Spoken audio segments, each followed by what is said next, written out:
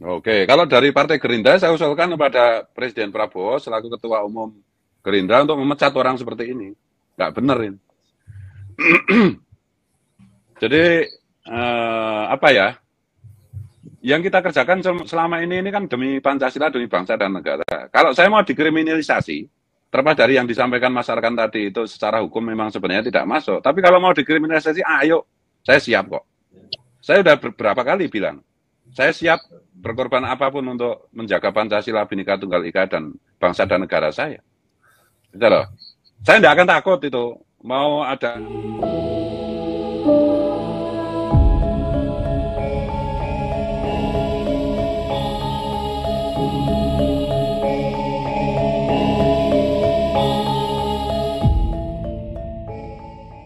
yang hadir pada malam hari ini. Podcast kita malam ini berjudul Geger, Ketua MPR mengancam Gus Fuad Pleret. Nah, sebelum kita berbincang-bincang, saya akan menghadirkan konteks-konteksnya terlebih dahulu. Mas Ahmad, dipersilakan data-datanya dulu.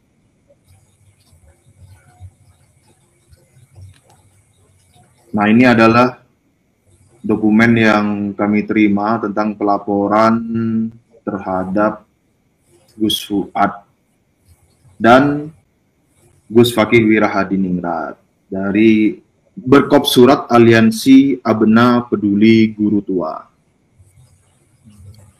Kemudian di slide berikutnya, ini terkait dengan podcast yang sebelumnya ya. Di slide berikutnya itu adalah surat yang kami terima Berkop Surat Pengurus Besar Al-Khairat di Palu, Sulawesi Tengah, yang terhormat yang Komwil Al-Khairat se-Indonesia, Komda se-Indonesia, Pangcap se-Indonesia, Pangdan se-Indonesia. Dianggap dibaca pembukaannya bahwa sehubungan dengan hasil rapat pengurus besar Al-Khairat bersama tokoh agama dan tokoh adat Sulawesi Tengah pada hari Kamis tanggal 27 Maret 2025, berarti hari ini ya, bertempat di ruang rapat PB Al-Khairat yang menghasilkan kesepakatan sebagaimana terlampir. Penutup dianggap dibaca bertanda tangan Ketua Umum dan Sekjen serta berstempel basah dari pengurus besar Al-Khairat. Instruksinya ini yang berdasar kami terima datanya, yang kami terima datanya. Di sebelah kanan itu, pengurus besar Al-Khairat mengambil langkah-langkah yang bersifat terukur dan strategis dalam menyikapi video yang saat ini lagi viral di media sosial melalui laman www.youtube.com pada diskusi Gus Fuad Channel yang menyebutkan bahwa Menteri Sosial telah melanggar konstitusi atas pengusulan Habib Idrus bin Salim Al-Jufri sebagai pahlawan nasional. Adapun langkah yang dimaksud sebagai berikut. 1. Membentuk tim hukum terpusat. Dan deskripsinya dianggap dibaca. Penonton bisa membaca sendiri nanti ya. Yang kedua, mengedepankan argumentasi ilmiah dan santun. Yang ketiga, mendesak penegakan hukum tanpa penundaan. Yang keempat, dukungan masyarakat Sulawesi Tengah dan adat. Yang poin 4 ini terlalu general, jadi saya juga mempertanyakan siapa saja itu maksudnya. 5. Imbauan kepada pengurus di semua level. 6. Gerakan terpusat dan sistematik. Saya bacakan satu kalimatnya. Al-Khairat akan menggelar gerakan yang terorganisir dan terpusat untuk memastikan pesan yang disampaikan berdampak luas. Setiap langkah dalam gerakan ini dirancang agar mencerminkan keharmonisan antara aksi kolektif dan strategi komunikasi yang terukur. Gerakan ini akan melibatkan komunitas-komunitas lokal, organisasi mitra, dan media untuk memperluas jangkauan pesan dan menegaskan sikap tegas Al-Khairat.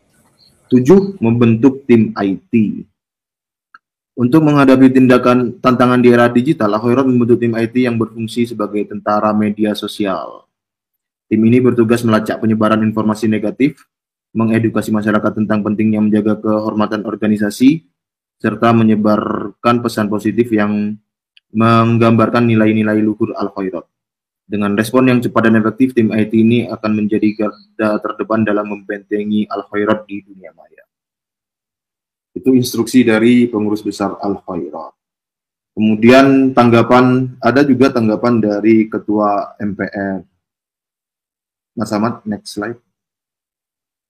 Nah, itu. Ketua MPR tegaskan penghinaan guru tua segera diselesaikan.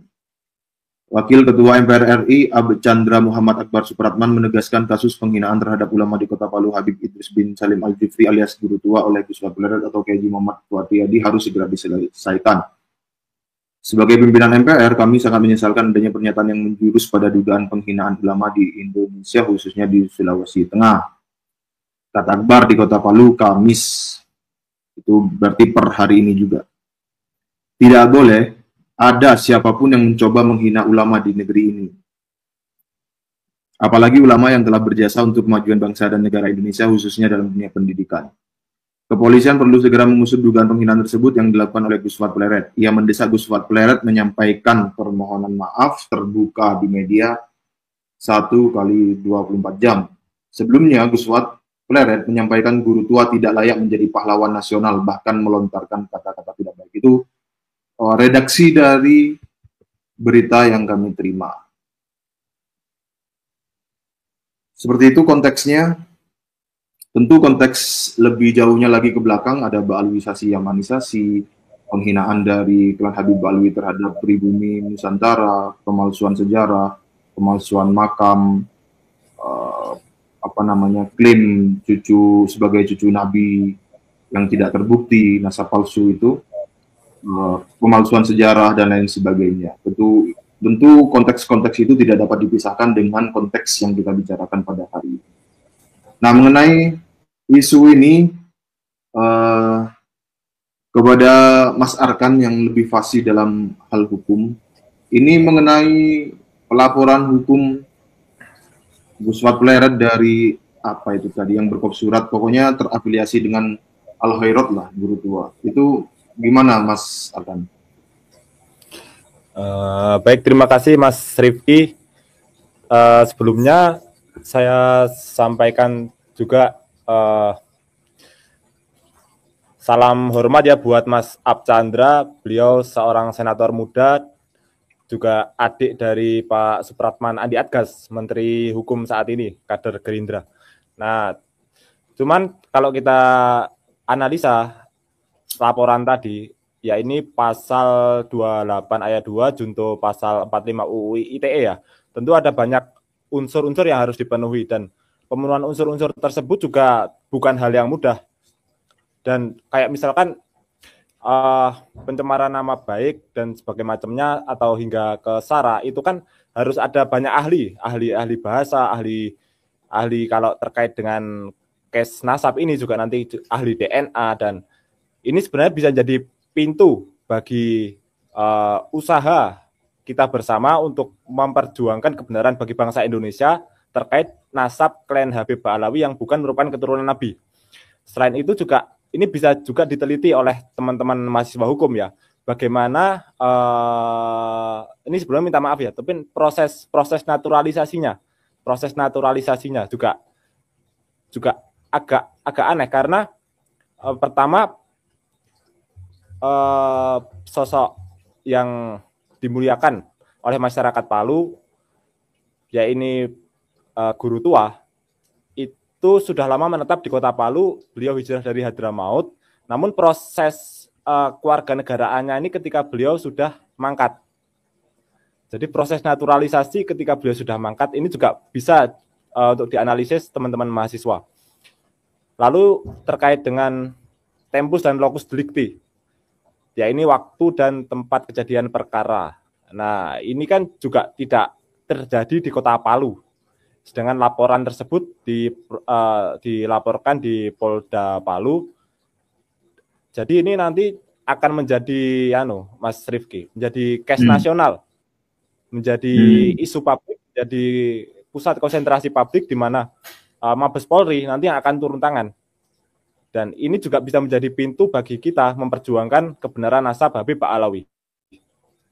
Mas Arkan, mohon izin nanya. Ya. Berarti harusnya laporannya bukan di Palu ya, kalau serius ya? Iya, bukan di Palu. Harusnya di mana? Harusnya di tempat kejadian di Yogyakarta. Monggo dilanjutkan.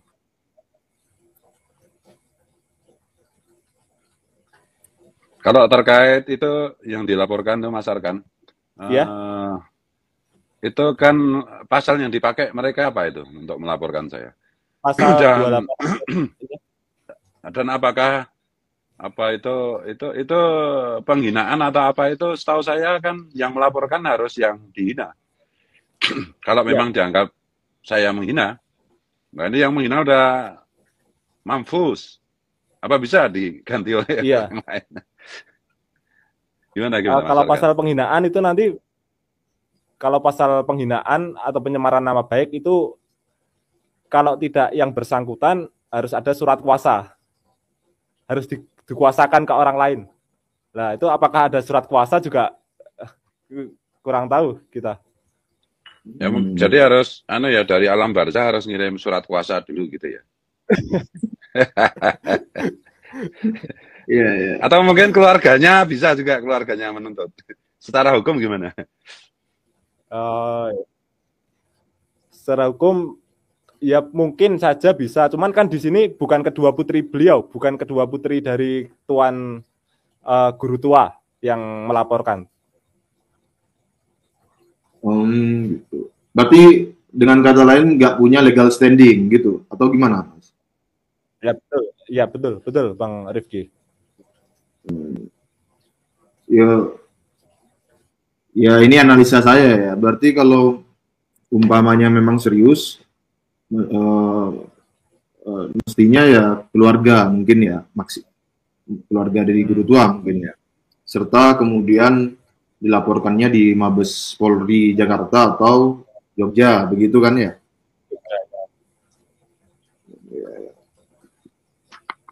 Baik, ada lagi Mas Arkan yang mau ditambahkan? Sudah sekian dahulu Mas Rifki, nanti saya nambahkan lagi. Ya.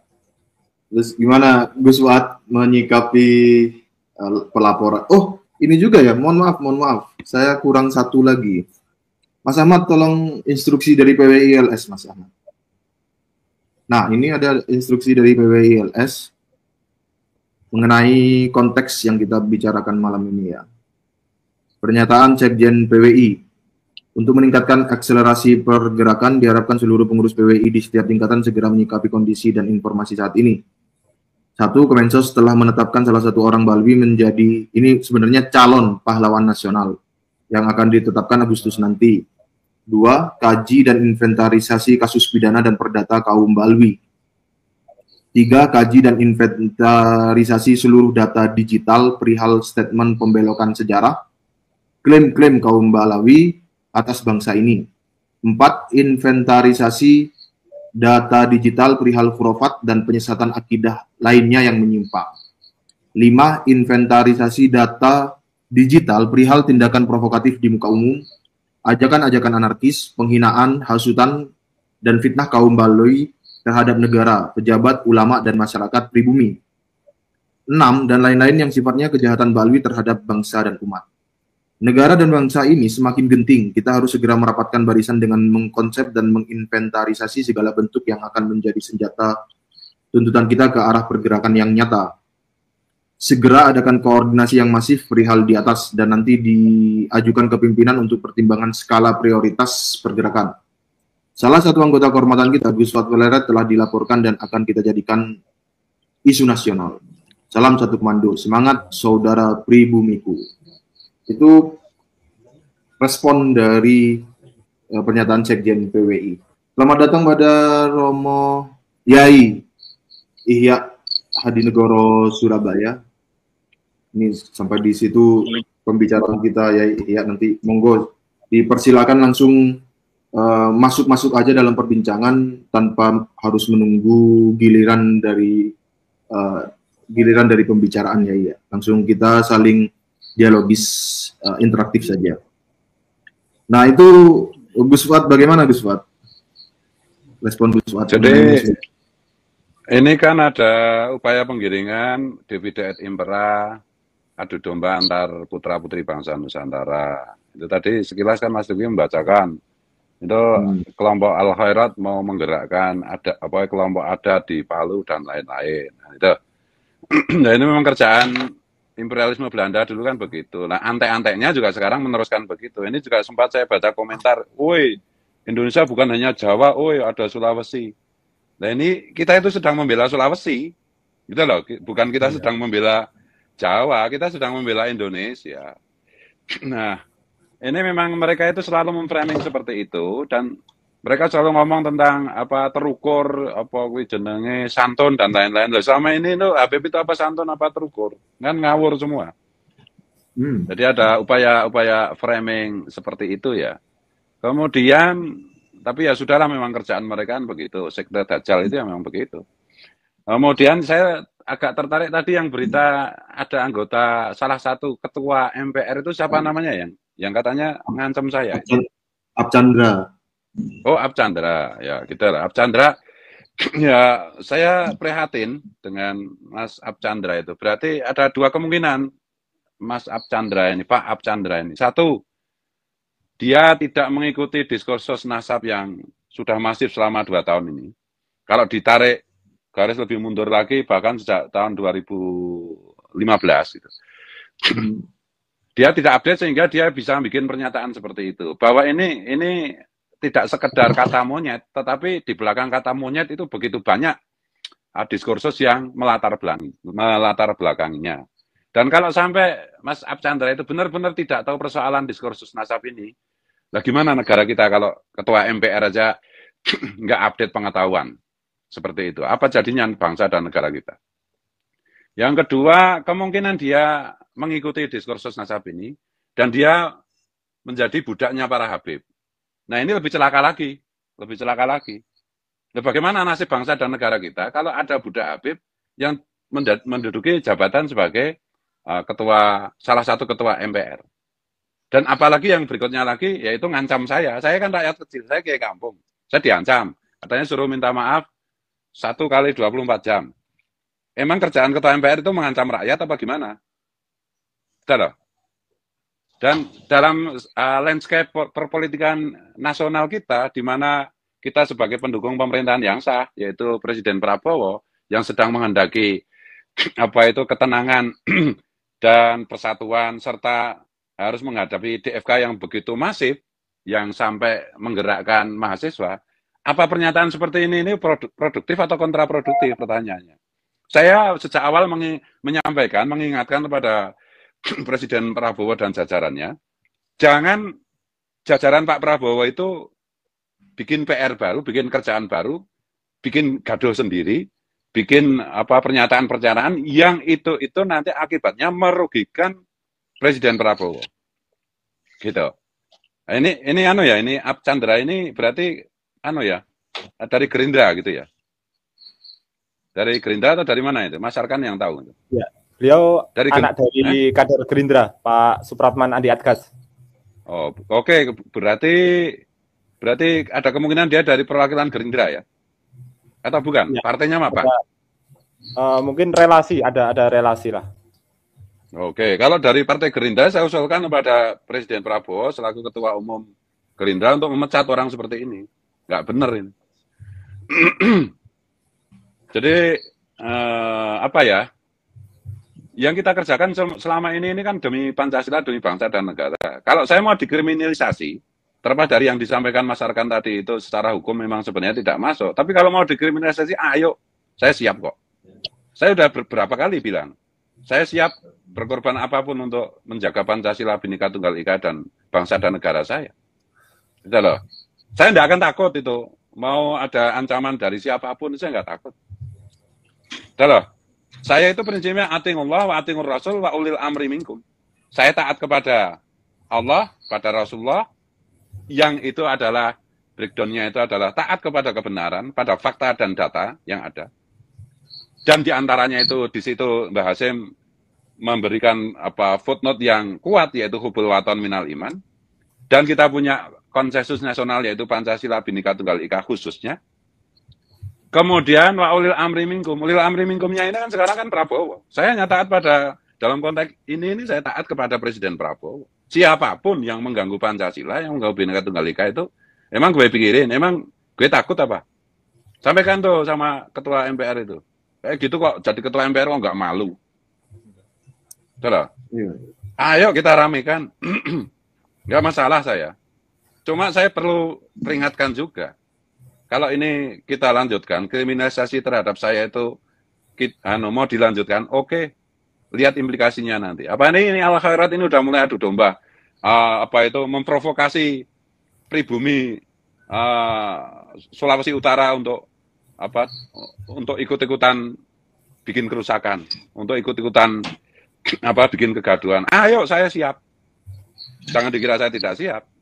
Dan apresiasi saya setinggi-tingginya kepada Gus Abbas Buntet dan kawan-kawan di PWI Laskar Sabilillah yang telah memberikan pernyataan yang sangat tegas dan sangat keras.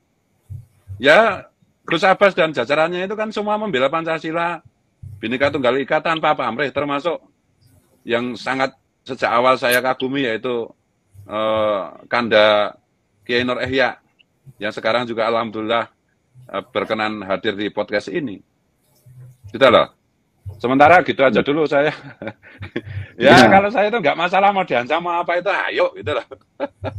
Mau lanjut, oke. Ya udah siap, apapun siap saya untuk bangsa dan negara saya. Saya mohon pencerahan dari idola saya Kang Mas KRT Nur Ihya gitu, sebagai akademisi, sebagai bangsawan dan juga sebagai nasionalis sejati, Pancasila sejati dan sebagai ulama Nahdien kultural yang luar biasa.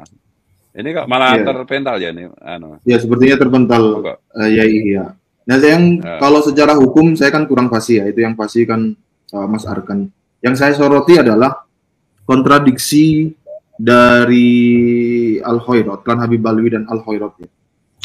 Jadi ketika ada balwisasi yamanisasi, itu mulai dari sejarah bangsa Indonesia diklaim sebagai Habib yang memerdekakan Indonesia, Habib Indonesia tidak akan merdeka kalau tanpa Habib.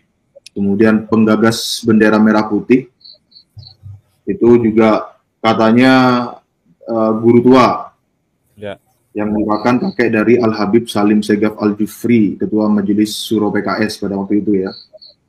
Kemudian dan lain sebagainya, terutama tentang yang mau saya soroti adalah pemalsuan makam, pemalsuan sejarah. Kemudian juga ada caci maki dari Klan Habib Balwi kepada pribumi Nusantara. Yang sebagai sampel saja, sebagai yang paling masyhur untuk mudah diingat adalah pernyataan di depan umum bahwa satu Habib yang bodoh lebih mulia daripada 70 kiai yang alim. Serta banyak ajaran-ajaran ceramah-ceramah yang itu satu provokatif, dua menyesatkan akidah umat. Nah, dari rentetan data-data itu, sejarah, historitas sepak terjang Klan Habib Balwi, Al-Khairat sejauh saya mengumpulkan datanya tidak bereaksi terhadap apa yang dilakukan oleh klannya terhadap pribumi Nusantara. Padahal balwisasi yamanisasi itu sangat melukai perasaan bangsa Indonesia dan membahayakan eksistensi bangsa Indonesia. Tetapi itu pun Al-Khairat tidak bereaksi sebagaimana reaksi yang kita saksikan pada hari ini, sampai satu mengajukan laporan ke kepolisian, yang kedua sampai menginstruksikan dari PB kepada seluruh jaringannya. Saya menyoroti begini, ketika apa yang dilakukan Klan Habib Balwi itu mengancam eksistensi bangsa Indonesia, mereka kok tidak bereaksi seperti ini yang sekarang hari ini. Artinya mereka itu kan tidak merasa terancam dengan apa yang tidak merasa terancam dengan adanya balwisasi yamanisasi. Nah, kalau tidak merasa terancam berarti kan mereka tidak merasa sebagai bagian dari bangsa Indonesia. Semestinya kalau mereka itu memposisi jiwanya dan pikirannya, hatinya sebagai bangsa Indonesia, harusnya mereka juga merasa gelisah, merasa terluka, merasa terancam dengan adanya balwisasi yamanisasi. Tapi faktanya kan sampai saat ini sampai data pada malam hari ini tidak ada reaksi semacam itu. Dan reaksi yang kita saksikan hari ini itu ketika guru tua diejek. Ya kan? Artinya mereka memposisikan diri bukan sebagai bangsa Indonesia. Satu, itu kalau dari analisis pembacaan saya ya. Yang kedua, bahwa klan Habib Alwi itu lebih utama, lebih tinggi posisinya di psikis mereka dibandingkan bangsa Indonesia. Kenapa mereka tidak bereaksi tentang Balwisasi Yamanisasi kan? Seperti itu. Apalagi jangan lupa bahwa kalau Gus Fuad mengejek guru tua, Bahar bin Smith itu kan juga mengejek leluhur pribumi Nusantara, dan secara khusus disebutkan dengan sangat jelas melecehkan leluhur Gus Fuad di podcast Refli Harun. Masih ingat ya, Mas Arkan? Ya, masih. Kalau tidak ada Habib, maka Gus Fuad Pleret itu mungkin masih nyembah pohon dan batu yang begitu-begitu loh. Kurang lebihnya begitu secara terus. Leluhur Gus Fuad gitu. Iya, begitu ya. Itu kalau Al-Hoirot ya, Al-Hoirot dan Ketua MPR itu konsisten dengan pernyataan nasionalismenya dan konsisten dengan sikapnya bahwa tidak boleh ada ulama yang dihinakan. Harusnya mereka bereaksi ketika itu. Kalau kita asumsikan mereka tidak tahu tentang kelakuan Bahar bin Smith, nah sekarang kan tahu. Karena kita sudah kasih tahu nih. Cari aja di podcastnya Refli Harun serta di video-video YouTube itu banyak sekali. Lalu bagaimana sikap mereka terhadap statement-statement dari klan Habib Alwi yang melecehkan pribumi Nusantara dan mengancam eksistensi bangsa Indonesia, terutama tentang pembelokan sejarah dan pemalsuan identitas makam yang dijadikan Habib itu banyak loh. Tidak hanya satu, tidak hanya dua, tidak hanya tiga, tidak hanya empat, ratusan. Nah, di situ diuji tuh konsistensi klan Habib Alwi dan Al-Hoirot serta Ketua MPR tentang statementnya bahwa Al-Hoirot memiliki nasionalisme, katanya begitu. Kemudian Ketua MPR mengatakan tidak boleh ada ulama yang dihina atau direndahkan gitu. Nah itu faktanya, fakta dari klan Habib Alwi itu yang terjadi, Balwisasi, Yamanisasi dan pelecehan terhadap pribumi Nusantara. Nah sekarang pertanyaannya, dulu kemana, suaranya kemana, dan yang sekarang, kalau sudah tahu, kita tunggu sikapnya, kita lihat bersama sikapnya akan seperti apa. Itu akan menunjukkan posisi Al-Hoirot dan klan Habib Alwi terhadap NKRI. Apakah memiliki nasionalisme atau tidak. Apakah ada tanggapan dari Bu Fuad atau Mas Arkan?